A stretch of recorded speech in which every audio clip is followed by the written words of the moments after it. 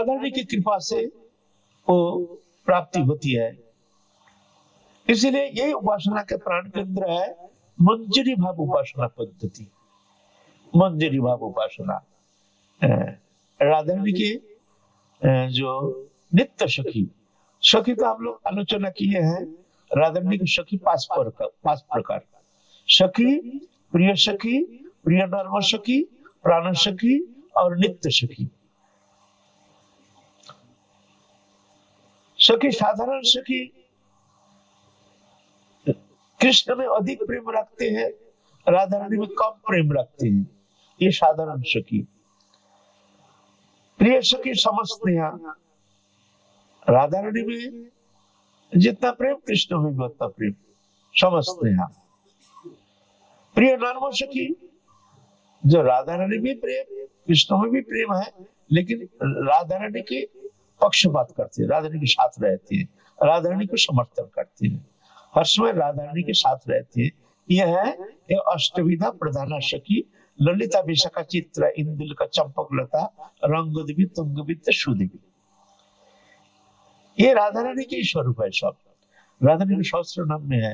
ललिता विशाखा विशाखा चित्र मानिनी, जितेंद्र शुद्ध सत्ता कुलना कुल दीपिका, राधा रानी के सहस्त्र नाम में है। सब राधा रानी के स्वरूप। सब ललिता विशाखा चित्र इंदुल का चंपक लता रंगदेवी तुंगवित सुदेवी। फिर आया प्राण सखी।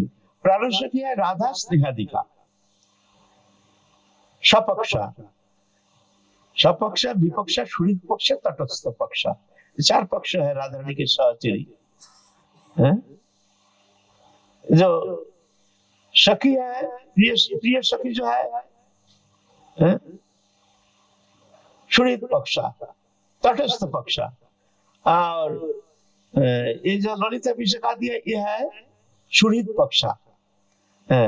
और ये जो अष्टविध मंजरी है, रूप मंजरी, रति मंजरी, विलास मंजरी, कस्तूरी मंजरी, मंजुलाली मंजरी, रस मंजरी, गुण मंजरी, लवंग मंजरी, यह है सपक्ष। राधा रानी के पक्ष लेते हैं, कृष्ण के पक्ष में नहीं जाते हैं, राधा रानी के पक्ष लेते हैं। राधा रानी जैसे कहे, राधा रानी की प्रश्नोत्तर संपादनी ये मंजरी के अखिल इच्छा। तो यह है प्राण सखी। और नित्य सखी है जो ये साधन अवस्था में इस शरीर से, मनुष्य शरीर से, जीवलोक से जो साधन करके गुरु कृपा प्राप्त करके राधा रानी की शरणागत होकर के जो ये उपासना पद्धति अपनाते हैं, जो राधा रानी के लिए ही उनके समस्त अखिल चेष्टा, राधा रानी की सुख संपादन ही उनकी अखिल चेष्टा, ऐसे जो है यह है नित्य सखी। नित्य सखी इसलिए है, ये जो नित्य सखी है ये सदा राधा रानी के साथ रहते हैं। ललिता विशाखा आदि हर समय साथ नहीं रहते हैं। ये सखियां है जो अपन अपन कुंज में रहते हैं, राधा रानी से मिलते हैं, आते हैं, राधा रानी के साथ रहते हैं, लेकिन हर समय नहीं। लेकिन नित्य सखी, ये सखी राधा रानी के साथ ही रहती है और समस्त सेवा, उनके स्नान क्रिया, उनको प्रसादन, उनके केशवार्जन, उनको श्रृंगार आदि इत्यादि समस्त क्रिया जो है ये नित्य सखी करते हैं। जब राधा रानी कुंज भवन में जाते हैं अपने, तो ये नित्य सखी साथ रहती है। निभृत निकुंज में जब राधा कृष्ण जुगल विलसित अवस्था में रहते हैं, वहां भी ये नित्य सखी वो रहती है, उनके लिए मना नहीं है। बताओ क्या साधना, वहां भी निःसंकोच, वहां भी ये नित्य सखी, इसलिए नित्य सखी कहे गए हैं इनको। वहां भी इनके अधिकार है, ये रहते अपनी सेवा परिपाटी। कभी तो जब पसीना आ गई है ऐसे, तो पंखा व्यंजन करते हैं, नाना प्रकार सेवा अनुकूल करते हैं। वो निवृत्त निकुंज में उनकी अधिकार है, ऐसे है ये नित्य सखी, है ना। तो ये जुगल प्रेम विलास मधुरिमा की चरम निर्जास, तो निर्जास है ये मंजरी सखी। इनकी उपासना पद्धति भावोल्लासा रति, इसको कहते हैं भावोल्लासा रति। रति तो तीन प्रकार, एक साधारण रति, सामंजस्य रति, सामर्थ्य रति। सामर्थ्य रति वृंदावन में है। और ये जो मंजरी की जो उपासना ये रति है, यह है भावोल्लास रति। भावोल्लास माने राधा रानी की भाव से उल्लसित रति, इसको कहते हैं भावोल्लास रति। इनके अनु परमाणु सब राधा सुख को तात्पर्यमय सेवा, राधा रानी के सुख संपादन ही इनकी अखिल चेष्टा। अपने सुख संपादन के लिए, अपने सुख इच्छा के लिए बिंदु मात्र इनके भीतर कोई स्प्रिया नहीं। इनके एकमात्र स्प्रिया राधा रानी की सुख संपादन। तो वो कहते भाई सभी तो आनंद चाहते हैं, सभी तो आनंद चाहते हैं, और ये मंजरी लोग आनंद नहीं चाहते हैं, उतना आनंद नहीं चाहते हैं। उन आनंद से मत भाई, आनंद ही स्वरूप है, आनंद के लिए सब जीते हैं। चीज जगत में भी सब आनंदमय है और लीला भी आनंदमय है, और ये मंजरी आनंद नहीं चाहते। बोले हाँ, मंजरी का आनंद पर्यावसन है एकमात्र राधा रानी। राधा रानी थोड़ी सी मुस्कान, मुखो चंद्रमा में जब एक मुस्कान के झलक मिल जाता है, उसी में एकदम आनंद सागर में डूब जाती है। स्वाभाविक ही अनंत आनंद सिंधु के ऊपर आ जाती है। इतना आनंद, जो इतना आनंद जुगल किशोर भी इतना आनंद प्राप्त नहीं करते हैं। जत सुख पाए विश्व भानुर नंदिनी, तार शतगुण सुख आच्छाद संगिनी। कोन साले एक संगे सखीरे मिलाए, से आनंद देखी सुनी कोटि सुख पाए। बोलते उनका आनंद पर्यावसन है राधा रानी के सुख, राधा रानी की थोड़ा सा मुस्कान, आनंद की छटा उनके चेहरा में, मुख चंद्रिमा में उनके एक मुस्कान की छटा ही अनंत अनंत सिंधु में डुबा देते हैं ये मंजरी को। बस और भी आनंद के कोई इच्छा व उपकरण है नहीं इनके सामने। बस राधा रानी के सुख, हमारे प्राणेश्वरी हमारे राधा रानी कैसे सुखी होंगे, उनके सुख के लिए ही इनके अखिल चेष्टा। इसको कहते हैं भावोल्लास रति, ये मंजरी। और राधा रानी जब निवृत्त निकुंज में जुगल किशोर जब विलसित अवस्था में रहते हैं, तो वो आनंद छटा को राधा रानी संचार करते हैं मंजरी में शतगुना। जैसे मान लो एक तो आजकल छोटा सा ये लोग टॉर्च है ना, बच्चे लोग खेलते हैं, छोटा टॉर्च या छोटा सा आलोक बिंदु जाकर दूर जाकर बहुत सारे एरिया ले लेता है, बहुत सारे एरिया ले लेते हैं ना। टॉर्च ये है छोटा सा आलोक बिंदु, और दूर जाके वो बहुत सारे एरिया ले लेता है। और ऐसे राधा के एक छटा आनंद छटा बहुत सारे एरिया में बहुत गुण वो आनंद को प्राप्त कराते हैं मंजरी को। यह मंजरी उपासना पद्धति, ये अनर्पित चरिम चिराग, जो कभी कोई युग में भगवान के कोई अवतार ये वस्तु को प्रदान नहीं किए हैं, न अर्पित। करुणा अवतीर्ण कलो, करुणा करके इस कलि युग में कृष्ण चैतन्य महाप्रभु अवतीर्ण हुए हैं ये वस्तु प्रदान करने के लिए। समर्पित उन्नत उज्जवल रस, वो समर्पण करने के लिए वो उन्नत उज्जवल रस, वो कौन सा रस ना भावोल्लास, ये मंजरी भाव उपासना। तो कौन वस्तु हमको दिए हैं बताओ, लेकिन मूढ़ जीवात्मा हम लोग ये सहज लोभ दुर्लभ वस्तु सहज लोभ करके हमारे लिए महाप्रभु प्रदान किए हैं, लेकिन फिर भी हम विषय सागर में क्षुद्र विषय लालसा उसमें उन्मत्त होकर के आप ये जो भगवान प्रदत्त हमारे महाप्रभु प्रदत्त जो प्रेम रस, इसमें आस्वादन के लिए हमारे किंचित मात्र हमारे हृदय में स्थान नहीं। बताओ इससे बढ़कर मूढ़ता, इससे बढ़कर वंचना और क्या हो सकता है मानव जीवन में। ये सुंदर तनु, ये तनु अगर ऐसे राधा रानी के चरण में समर्पण कर दिया जाए तो अमृत फल फलेगा।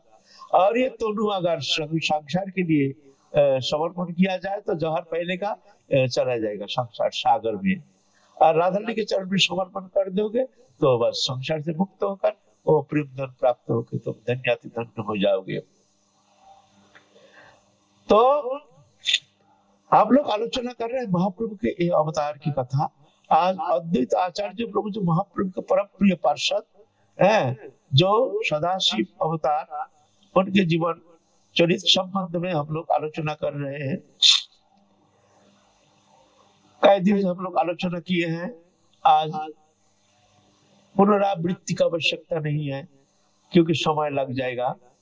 फिर अद्वैताचार्य प्रभु सदाशिव अवतार बंगाल में श्रीहट्ट जिला में लाउड नामक स्थान में जन्म लिया है। वहां से खूब पितृ सेवा मातृ सेवा करके उनकी कृपा प्राप्त करके जब माता पिता नित्य धाम पधार गए तो परम वैराग्य, परम तीव्र वैराग्य लेकर के घर छोड़ के निकल पड़े हैं। जो पहले आपको गुरुकरण करना है, गुरु सान्निध्य प्राप्त करना है। गुरुकरण बिना भव सिंधु पार लगाएगा कौन, इसीलिए पहले गुरुकरण सदगुरु अन्वेषण करने के लिए उद्देश्य लेके तत्सहित तीव्र वैराग्य लेकर निकल पड़े हैं। घूमते घूमते घूमते घूमते पहले तो पितृ श्राद्ध के लिए गया गए हैं। गया से सीधा गए रेमुना, रेमुना होकर जगन्नाथपुरी दर्शन करके दक्षिण भारत चले गए हैं। दक्षिण भारत दर्शन करके कन्याकुमारी तक गए हैं। कन्याकुमारी आदि समस्त दर्शन करके फिर आए हैं तुम्हारा उडुपी नामक स्थान जहाँ बुद्धाचार्य की गद्दी है।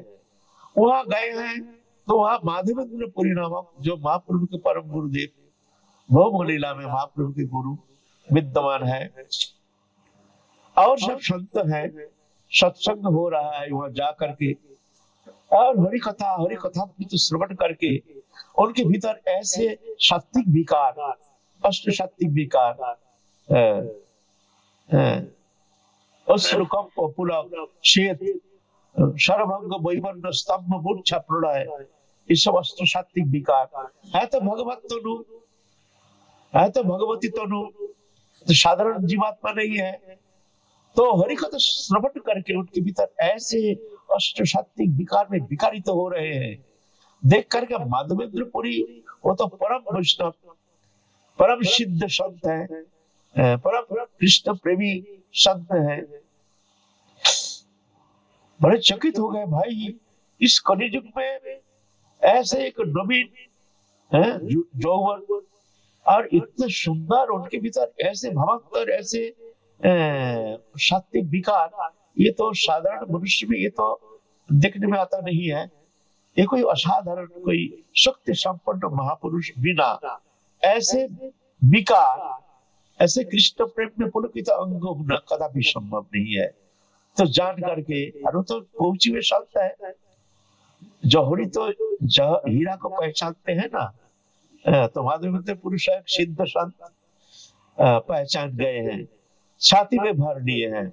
छाती में भर करके एकदम उनके स्पर्श से अष्ट सात्विक, माधवेंद्र पुरी के भीतर भी अष्ट सात्विक विकार, अश्रुकंप पुलक शेत वैवर्ण आदि अष्ट सात्विक विकार से विकारित तो हो रहे हैं। फिर कुछ समय प्रतिष्ठित होकर के से परिचय पूछ रहे, तुम कहाँ से आए हो, कहाँ तुम्हारे घर, तो परिचय बता रहे हैं। तो देख करके बड़े मन प्रसन्न हो गया जी, ऐसे एक उच्च आधार, ऐसे एक बहुत ही एक संस्कार, ये तो साधारण मनुष्य में देखने में आता नहीं है। तो कहते हैं तुम कहाँ तक अध्ययन किए हो, तो कहते हैं हम तो नए शास्त्र आदि शब्द अलंकार आदि हम अध्ययन करके आए हैं, तो 4 वेद भी अध्ययन किए हैं। अच्छा, तो तुम यह भागवत श्रवण करो, भागवत अध्ययन करो और मध्याचार्य संप्रदाय के साधन पद्धति इस विषय में तुम अध्ययन करो। तो ठीक है, वहां माधवेंद्र पुरी उनको श्रीमद् भागवत अध्ययन कराते हैं।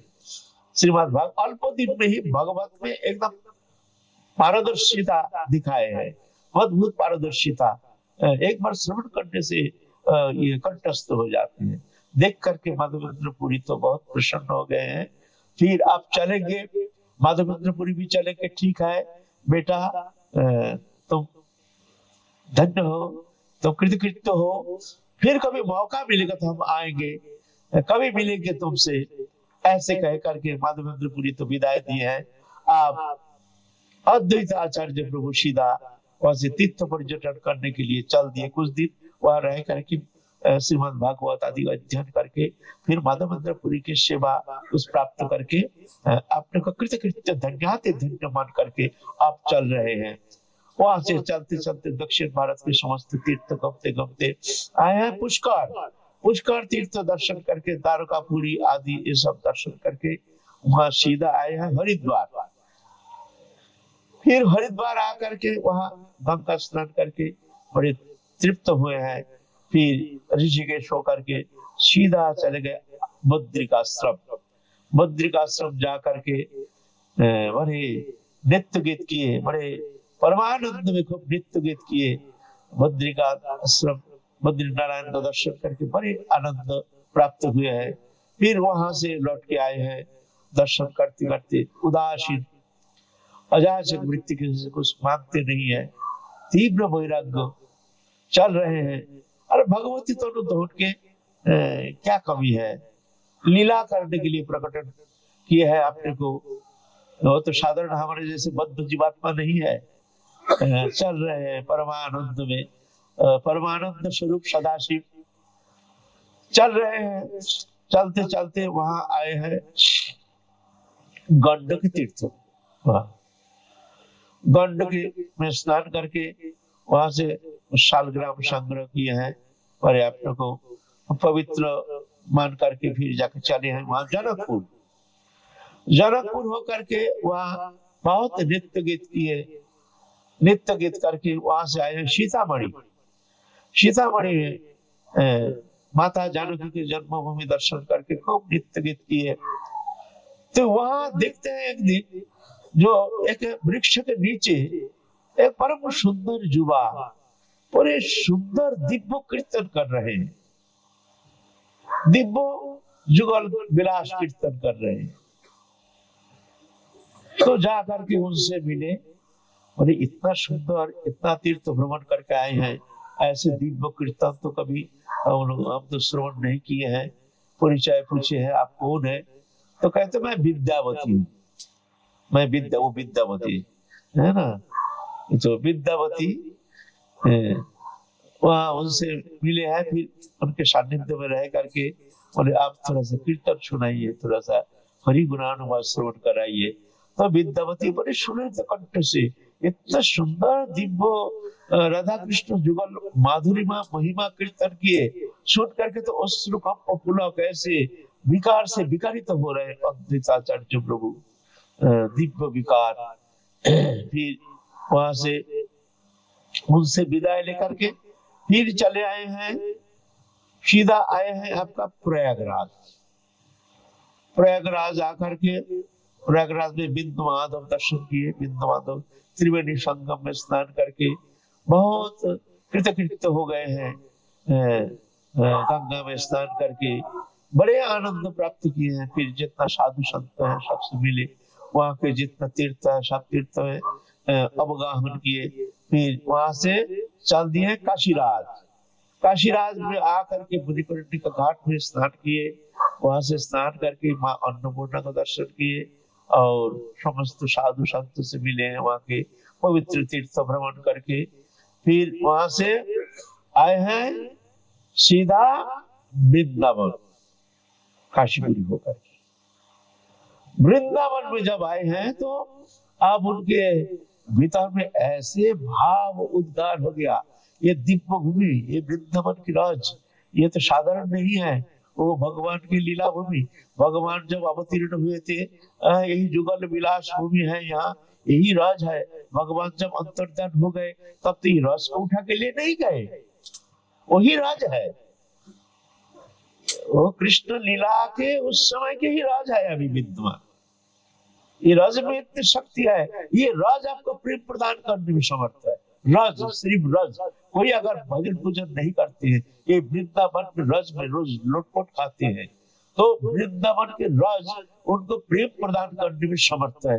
वृंदावन की दिव्य राज ऐसे कहते हैं, ऐसे प्रमाण भी है।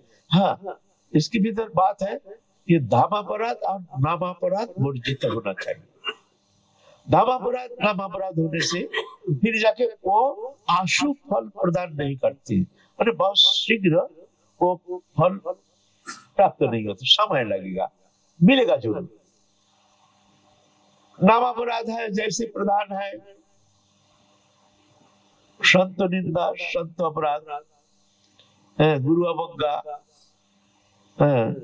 अश्रद्धालु को नाम उपदेश करना, शिवादि देवता को भगवान से अलग समझना, नाम बल से पापाचरण करना, नाम के महिमा सुन करके नाम के प्रति अश्रद्धा, अवज्ञा आदि 10 प्रकार नामापराध वर्जित होना जरूरी है। और धर्मापराध है, ये ब्रज के ये वृक्ष लता आदि जो है ये सब दिव्य है, तो इसको छेदन नहीं करना चाहिए। फिर ब्रजवासी जो है, यहाँ के जो भी धामवासी है, सबके प्रति श्रद्धा, क्यों सब राधारानी की कृपा पात्र, उनकी कृपा बिना यहाँ कोई आ नहीं सकता है। जो भी आए हैं सब राधारानी की कृपा पुष्ट हो, चाहे पापी हो तापी हो।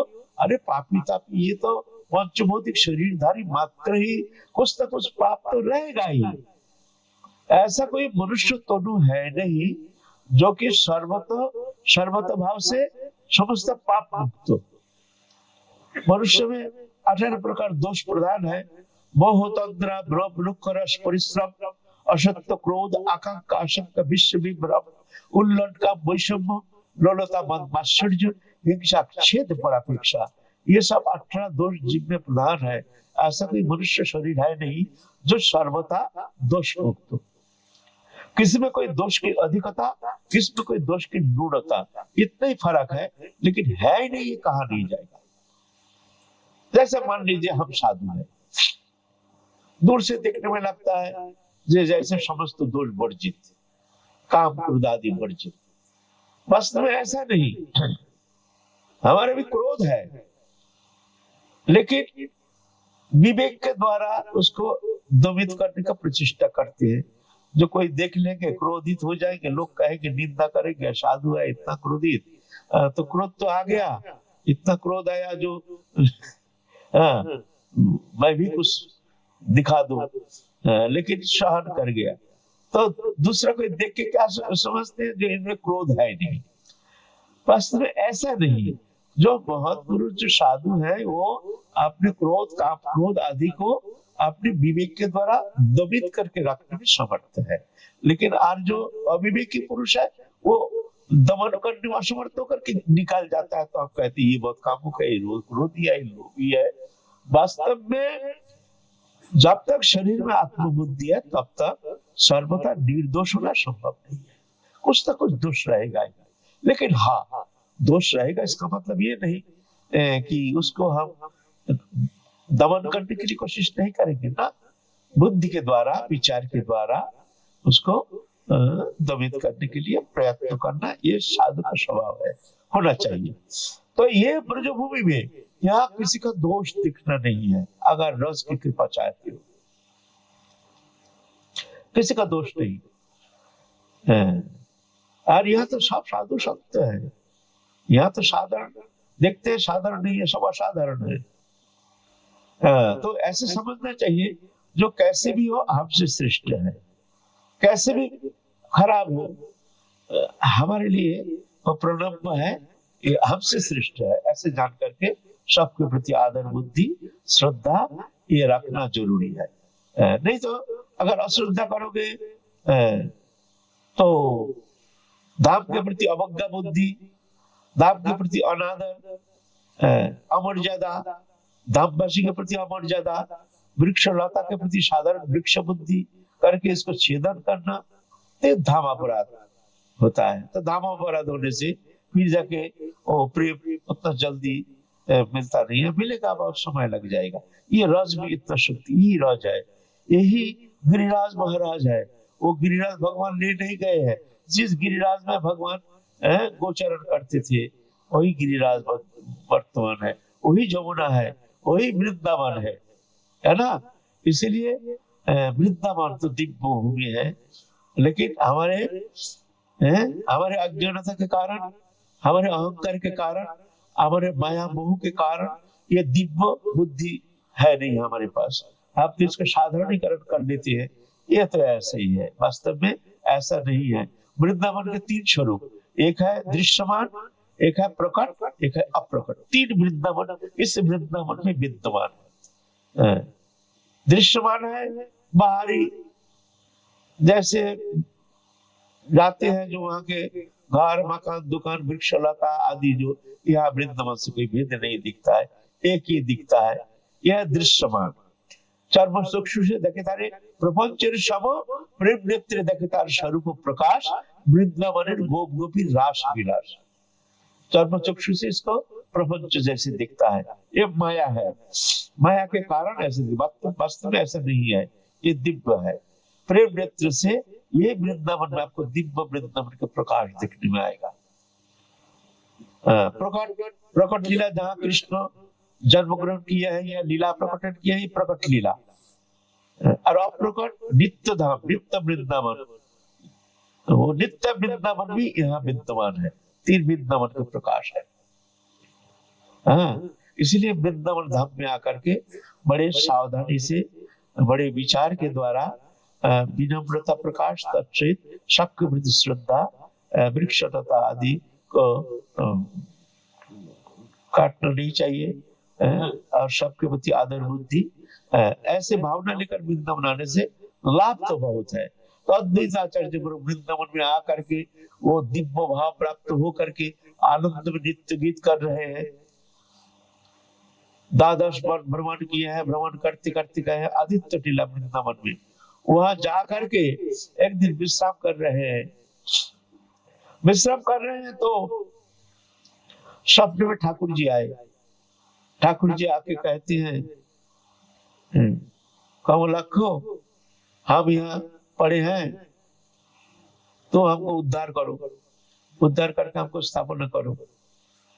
मैं यहाँ पड़ा हूं, यहाँ एक मिट्टी के नीचे हमको दबा दिया है, फलाना जगह जगह का निर्देश कर दिया। प्रातः काल स्वप्न टूटते ही गांववासी को बुला करके, जो ठाकुर जी है, चलो भाई ठाकुर जी को उद्धार करना है। तो वहां खोदे हैं पर्टिकुलर जगह जहां पर वो निर्देश किया है, वहां जाकर के खोदने से वह बहुत सुंदर एक दिव्य मदन मोहन मूर्ति प्राप्त किए हैं।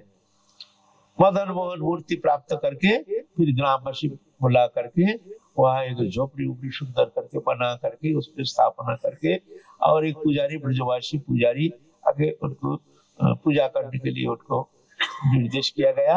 तो वो श्रद्धा के साथ वो पूजन कर रहे हैं। इतने में कुछ म्लेच्छ लोग वो सुने वह मदन मोहन ना कौन है, कौन आया है, चलो उसको अपवित्र करो। उस मुसलमान राज है, तो उनका मन में दुष्ट बुद्धि आ गया, अपवित्र करेंगे उसको, फोड़ेंगे या कुछ करेंगे। इसीलिए तो हमारे सब विग्रह सब बाहर चले गए। जैसे हमारे गोविंद जी जयपुर चले गए, गोपीनाथ चले गए, मदन मोहन चले गए करौली। ऐसे समस्त देवता, समस्त भगवान के स्वरूप सब चले गए बाहर, मुसलमान के अत्याचार के डर से। तो इस तरह से स्थापना किए हैं। तो कुछ मुसलमान आए हैं रात को, आ करके उसका पवित्र करने की इच्छा लेकर के आए।